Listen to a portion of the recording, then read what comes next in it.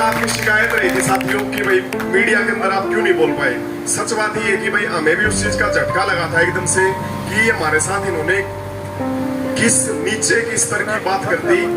इतने 22 दिनों के बाद इन्होंने इतने नीचे की स्तर की बात कर दी कि 21,700 ले लो। उसके बाद हम सोच रहे थे कि हम साथियों को मतलब ना टाइम तो मिलता नहीं, जैसे ही वो मीटिंग का गेट है उससे 10 कदम चलते वो माइक लेके खड़े रहते हैं, टाइम नहीं मिल पाता जी।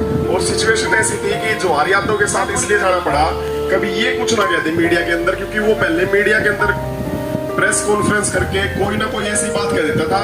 मैं बोला कि इसके साथ चलते हैं, अगर इसने ऐसी वैसी बात बोली तो उसी टाइम हम इसको बीच में टोक देंगे।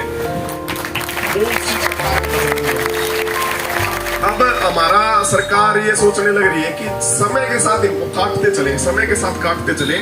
वो मुद्दों पे बात बिल्कुल भी नहीं कर रही। वो कभी पुलिस की बात ले आती है, कभी ले आती है कि भाई 1.5 लाख कर्मचारियों का होगा, हम कर नहीं सकते। अधिकारियों ने पूरा जोर लगा रखा है, पूरा जोर लगा रखा है किस तरह से इनको समय के साथ साथ इनकी कमजोरियां ढूंढते रहे। जैसे कल वो मीटिंग के बाद एक वो लेटर निकाला प्रेशर डालने के लिए, सबका डर निकल चुका भाई। सरकार के लिए मुसीबत अब खड़ी होगी, क्योंकि इनके जो प्रवक्ता है, जो ये प्रवक्ता कहने लग रहे हैं ना, डीसी ऑफिस के इसके कॉन्ट्रैक्ट के कर्मचारियों को रख लो, ठेके के कर्मचारियों को रख लो, इन क्लर्कों को हटा दो, इनको गांव में घुसने मत देना साथियों। कभी भी आए ना कह देना तू वही है ना। आज हरियाणा का क्लर्क, हरियाणा मेडिकल स्टाफ एक गांव का बच्चा लगा हुआ है, एक गांव का। सबके सुझाव आ रहे हैं, सरकार को अपनी खराब माटी रह माटी करवानी होगी तो वो अपनी स्कीम पे चलती रहे, हम हमारी स्कीम पे चलते रहेंगे। 22 के 22 जिलों के साथियों ने निर्णय ले लिया है, सरकार चाहे कोई भी तरीका अपना ले, चाहे जेल में डाल ले, कुछ भी कर ले, कहीं पे ले जाए, सारे के सारे साथी एक साथ जाएंगे भाई। कोई भी घबराने की जरूरत नहीं है भाई, बिल्कुल भी। आज मेरे घर पे आए हुए थे लगभग 1.5-2 घंटा सीआईडी के साथी, हाइट से लेके सारी चीजें पूछ लो मेरी सिस्टर के परिवार वहां तक की। मेरे लिए उन्हें पहली बार का वो सामना था कि वो क्या करते हैं, वो आपके सोशल मीडिया अकाउंट क्या है, ये लिख लो, जो भी लिखना है लिख लो, कोई दिक्कत नहीं है साथियों। ये चारों तरफ वैसे ही घूमेंगे, किसी को डरने की जरूरत नहीं है, बिल्कुल भी डरने की जरूरत नहीं है। अपन आदमी है, ये बहम निकाल दो, सरकार हमें खाना दे रही है, सरकार को बहम हो रहा है कि हम इनका रोजी रोटी दे रहे हैं। वो बहुत बड़ा बहम है। जब अहंकार के अंदर ये बहम होता है तो उसकी मतलब ये मान लो विनाश काले विपरीत बुद्धि हो जाती है। तो सरकार की वो बुद्धि शुरू हो चुकी है। ये जो ओएसडी बना रखे हैं, ये सोच रहे हैं भाई साहब बड़ा बढ़िया नाम कर देंगे, इनको सस्ते में सुलटा देंगे। वो बड़ी गलत फहमी में होने लग रहे हैं, वो अपना भी नुकसान करने लग रहे हैं, अपना भी नुकसान करने लग रहे हैं साथियों। वो अभी तक हम सरकार के इस तरह से अपोजिशन में नहीं थे कि भाई पार्टी के साथ अपोजिशन में हम सरकार के खिलाफ थे, लेकिन अब वो चाह रहे कि पार्टी के खिलाफ हो।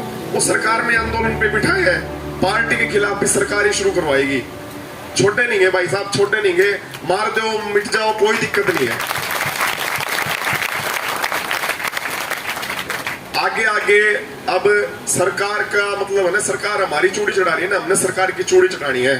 बड़ी बात नहीं कह रहा मैं आपसे, जिसका 40 साल से तुम शोषण कर रहे हो और उसके बाद कह रहे हो उसको देना पड़ जाएगा। एक मजे की बात ये है कि वो ये मना नहीं कर रहे कि भाई तुम्हारा बढ़ता नहीं है। ये मजे की बात देखो, रोना किसी और चीज का रोने लग रहे हैं कि 1.5 लाख कर्मचारी। मैंने कहा प्रेस कॉन्फ्रेंस में जिसका हक बढ़ता है दो, जिस टाइम आपने दिया उस टाइम ये बातें हुई थी जवाहर यादव के साथ, ओएसडी के साथ, कि भाई आपने ऐसे ऐसे पदों को दिया है। उस टाइम क्या हुआ था, बोला मेरे से गलती होगी, हमारे से गलती होगी, मैं एक गलती और कर दो, एक गलती और कर दो। वो खुद उनको गलती मान रहे हैं, वो पत्तों को आपका होता है ना मैनिपुलेशन करना है, वो चीजें करने लग रहे हैं। भाई जो आपसे गलती हुई वो हरियाणा के क्लरिकल के लिए भी गलती कर दो। जिस समय आपने दूसरे पदों को बढ़ाया उस समय आपको क्यों नहीं फिक्र हुई कि भैया जो हरियाणा के क्लरिकल स्टाफ है इनका भी बढ़ाना चाहिए। उस समय आप कहां से ले गए थे? कोई जवाब नहीं है भाई साहब, उनका कोई भी जवाब नहीं है। उनकी नीति वो शाम दंड भेद वाली चीजों पे चले हुए हैं, लेकिन उनको ये नहीं पता ये आंदोलन नहीं है, भावना है। और भावनाओं के ऊपर चोट कर दी ना तो समझ लेना कि वो फैसला कुछ भी हो, लेकिन एक एक के अंदर ऐसी टसक बैठ जाएगी जिसका परिणाम पूरी ताउम्र उनको भुगतना पड़ेगा। ये मैं सच बात बताने लग रहा हूँ। नफरत हो जाएगी, आपस में हो जाएगी। भाई इतनी मेहनत कर रहे हैं, कहीं पे ब्लड डोनेशन कर रहे हैं, कोई भूख हड़ताल में बैठा हुआ है, तो अंदर से वो भावना हो जाएगी नफरत की। वो पैदा कौन करवा रहा है? खुद वो करवाने लग रहे हैं। वो सोच रहे हैं हम अपनी नीति पे चल रहे हैं, हम हमारी पॉलिसीज पे चल रहे हैं, हम उस चीज में सफल हो रहे हैं, लेकिन वो बहुत गलत दिशा में जाने लग रहे हैं। वो बहुत गलत दिशा में इसलिए जा रहे हैं क्योंकि ये आंदोलन अब एक भावना और परिवार का रूप ले चुका है, जिसके अंदर सारे के सारे मिलकर एक साथ एक परिवार की तरह बैठे हो। मौका हम भी नहीं दे रहे उनको कोई ऐसी गतिविधि का जिससे हमें कोई उंगली उठा सके। अब भावनाओं के ऊपर वो ठेस करेंगे ना, चलो ठीक है भाई, तुम किसी न किसी स्तर पे जीत जाओगे, तुम्हारी पॉलिसी से, तुम्हारे उससे पावर से कोई ना जीत जाओगे, लेकिन एक जगह तुम जरूर हारोगे। वो समीक्षा हम भी करके दिखा देंगे उनके साथ। सारे मिलके बैठेंगे, कोई दिक्कत की बात नहीं है। बुरे से बुरा आदमी आदमी के साथ ही कर सकता है, प्रकृति तो नहीं कर रही, इसलिए प्रकृति के साथ लड़ाई नहीं है, आदमियों के साथ लड़ाई है। वो सरकार जो है वो आदमी है, कोई दिक्कत की बात नहीं है साथियों। सारे हौसले बुलंद सारे साथियों के, और सरकार के अब हम बिल्कुल खिलाफ होकर लड़ेंगे।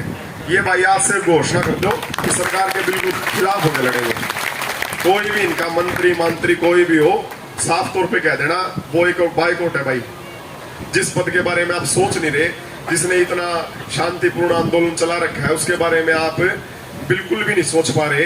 एक छोटी सी डिमांड है क्लैरिकल पद की, उसको इतना बड़ा जग जाहिर बना के, इतना बड़ा आपने उन्होंने खड़ा कर रखा है। ये सारी चीजें हमारे साथ साथ अब जेई भी हड़ताल पे बैठने लग रहे। मैंने तो रिक्वेस्ट करी है भाई, देखो आपने पहले भी बढ़वाया वेतनमान, पहले भी आपके आंदोलन हुए, कभी भी क्लैरिकल वर्ग ने आपके बीच में आकर आपकी मुहिम के अंदर ये चीज शुरू नहीं की। कृपया करके थोड़ा सा वेट कर लो। ये सारी चीजें करने लग रहे हैं हम सारी चीजें करने लग रहे हैं।